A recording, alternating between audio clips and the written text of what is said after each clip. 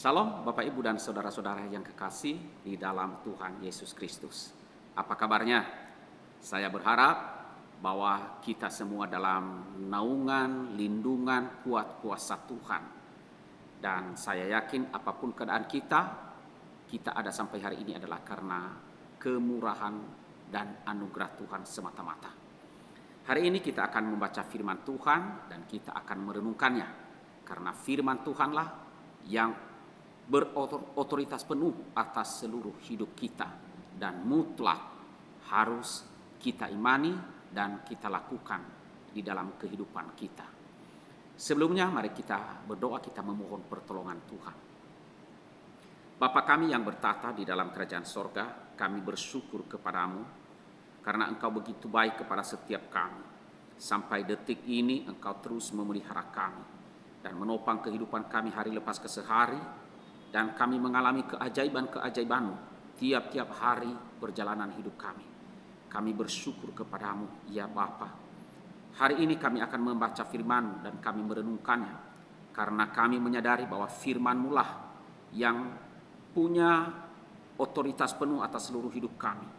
Dan firman-Mu lah yang menjadi utama dalam hidup kami. Karena itu tolonglah kami dalam renungan ini.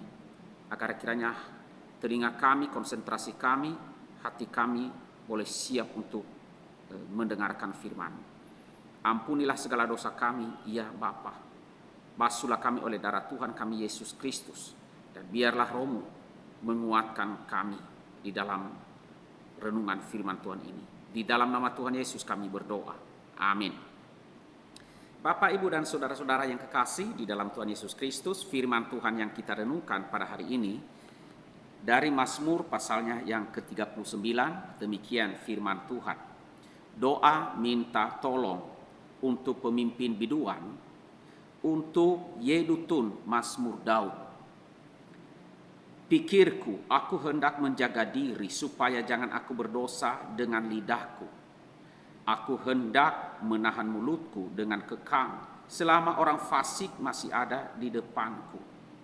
Aku keluh, aku diam, aku membisu, aku jauh dari hal yang baik, tetapi penderitaanku makin berat. Hatiku bergejolak dalam diriku, menyala seperti api ketika aku berkeluh kesah. Aku berbicara dengan lidahku. Ya Tuhan, beritahukanlah kepadaku ajalku dan apa batas umurku, supaya aku mengetahui betapa fananya aku. Sesungguhnya, beberapa telempap saja kau tentukan umurku.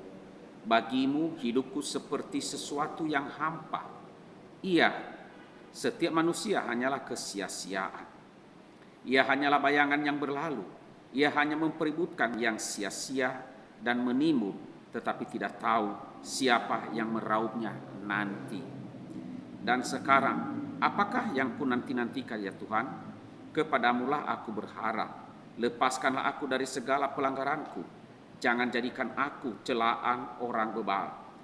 Aku keluh, tidak kubuka mulutku, sebab Engkau sendirilah yang bertindak. Hindarkanlah aku daripada pukulan-Mu. Aku remuk karena serangan tangan-Mu. Engkau menghajar seseorang dengan hukuman karena kesalahannya, dan menghancurkan keelokan sama seperti gegap.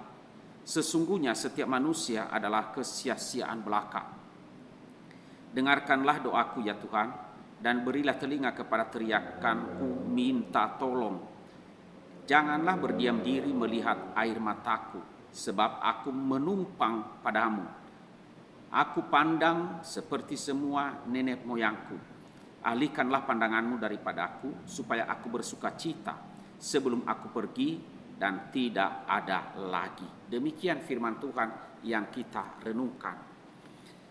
Bapak, Ibu, dan saudara-saudara yang kekasih di dalam Tuhan Yesus Kristus, di dalam hidup ini ada sebagian orang percaya, sebagian orang percaya bereaksi keras ketika menghadapi tekanan dari pihak lain atau lebih tepatnya adalah dari orang-orang yang jahat.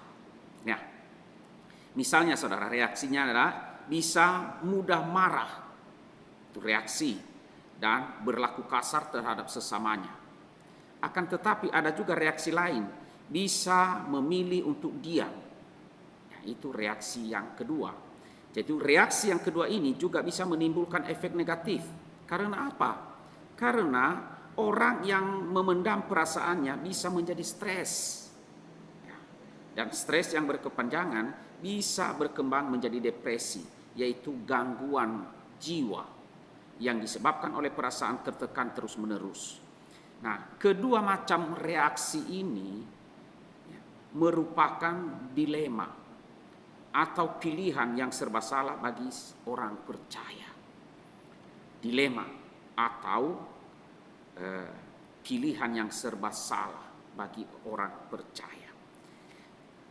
Dilema seperti ini juga dialami oleh Daud. Ya, Daud tidak asing bagi kita di dalam Alkitab. Nah, kelihatannya di sini kalau kita perhatikan, Daud itu adalah tipe orang yang senang menyimpan perasaan. Kondisi ini disebabkan karena apa? Karena orang-orang jahat yang selalu menekan hidupnya. Awalnya kalau kita perhatikan, Daud ingin tutup mulut, diam, ya, sebagai jalan paling aman baginya. Ia tempuh jalan itu, yaitu diam. Nah, saudara, dengan bersikap diam, maka Daud itu menahan lidahnya, mengekang mulutnya, sehingga ia tidak melakukan dosa dengan perkataannya. Dengan bersikap diam, Daud tidak memberi kesempatan kepada orang fasik untuk menyerang dia. Di luar dugaan, saudara, kita melihat Daud menjadi sangat tertekan dan frustasi.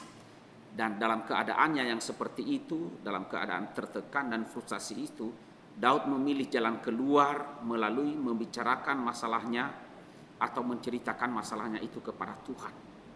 Ya, pertama-tama apa yang ia sampaikan dapat kita lihat di dalam ayat 2 sampai dengan 4, yaitu bahwa Daud ia menceritakan kondisinya kepada Tuhan dan juga menceritakan kondisi emosinya di hadapan Tuhan. Ia ceritakan itu.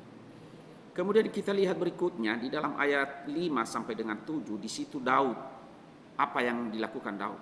Daud menyadari betapa rapuhnya dirinya. Betapa rapuhnya dirinya. Dan yang ketiga, saudara, kita melihat di dalam ayat 8 sampai 14, Daud menyadari apa? Menyadari keberdosaannya. Mazmur ini, ya, seperti kalau kita perhatikan sepertinya tidak memberikan jawaban yang melegakan. Namun demikian, saudara, dengan melakukan ketiga hal tersebut di atas tadi, yang pertama adalah menceritakan kondisi dan emosinya kepada Tuhan, kemudian menyadari kerapuhan dirinya, dan yang ketiga adalah menyadari keberdosaannya, maka Daud bisa memperoleh kelegaan. Ya, dia mendapatkan Mazmur ini seperti memberikan dia kelegaan dengan dia menceritakan ketiga hal di atas tadi. Ya, Daud berkata, dan sekarang apakah yang kunanti-nantikan ya Tuhan? Di ayat 3 ayat pasal 39 ayat 8, kepadamulah aku berharap. Nah, saudara-saudaraku yang kekasih di dalam Tuhan Yesus, jemaat yang dikasihi Tuhan, mungkin saja pergumulan Daud ini, ya, pergumulan serupa juga kita sedang alami sekarang ini. Tekanan hidup sepertinya semakin besar, semakin berat menekan, dan juga perlakuan orang lain yang membenci ataupun menyudutkan kita mungkin terasa begitu menyesakkan dan berat, seolah-olah tidak ada jalan keluar. Nah, mari saudara, kita menghadapi situasi seperti itu, ya. Menghadapi situasi itu kita jalani, ya. Mari kita bicarakan masalahnya kepada Tuhan, permasalahan itu dengan Tuhan. Kita ceritakan kepadanya. Ceritakanlah kondisimu, ceritakanlah emosimu, perasaanmu kepadanya. Dan sadar bahwa kita ini bukan siapa-siapa. Kita ini hanyalah manusia yang rapuh. Ingat saudara, kita ini bukan manusia super, tetapi manusia yang rapuh, ya, bahkan manusia yang penuh dosa. Karena itu, marilah kita mengakui di hadapan Tuhan. Ceritakanlah masalahmu di hadapannya dengan cucuran air mata sekalipun.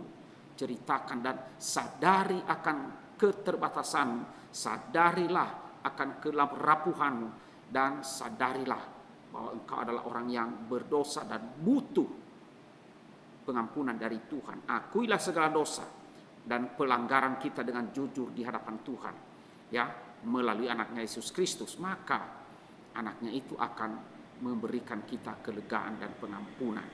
Nah, dengan pengakuan itu saudara akan membuat kita mendapat apa? Ada penghiburan, ada kelegaan dan pengharapan kita yang baru dari Tuhan. Ada pengharapan. Nah, saudara-saudaraku yang kekasih di dalam Tuhan Yesus, kiranya dengan renungan firman Tuhan pada hari ini, apapun yang sedang kita hadapi, mari seperti Daud menceritakan kondisinya, menceritakan perasaannya, menceritakan apa yang sedang terjadi. Kemudian yang kedua, menyadari dirinya yang lemah dan rapuh. Kalau kita tahu itu, maka kita akan bersandar kepada Tuhan. Dan kemudian menyadari diri kita ini adalah orang-orang yang berdosa. Maka perlulah kita meminta ampun kepada Tuhan. Sadarilah keberdosaan kita. Amin. Mari kita berdoa. Kami bersyukur kepadamu ya Tuhan Allah kami. Tuhan Allah yang maha kuasa. Tuhan Allah yang maha pengasih. Kami bersyukur Engkau memberikan firman-Mu, firman yang tertulis di dalam kitab suci atau Alkitab kami. Firman itu terus menerus dan dapat kami baca, kami terus pelajari hari lepas ke sehari, agar menuntun kehidupan kami yang berdosa ini, menuntun kami supaya kami boleh berjalan dalam kebenaran firman. Apalagi di saat-saat tekanan berat dengan berbagai permasalahan, firman-Mu lah yang menuntun kami sehingga kami beroleh kelegaan dan kekuatan. Hamba berdoa kiranya Tuhan berkati seluruh jemaat pada hari ini. Tuhan tiliklah, perhatikanlah satu persatu, dan kiranya Engkau peduli untuk menolong setiap saudara dan saudari kami yang dalam kesulitan sekarang ini. Terima kasih Bapa di surga. Inilah doa kami, di dalam nama Tuhan Yesus kami berdoa. Amin.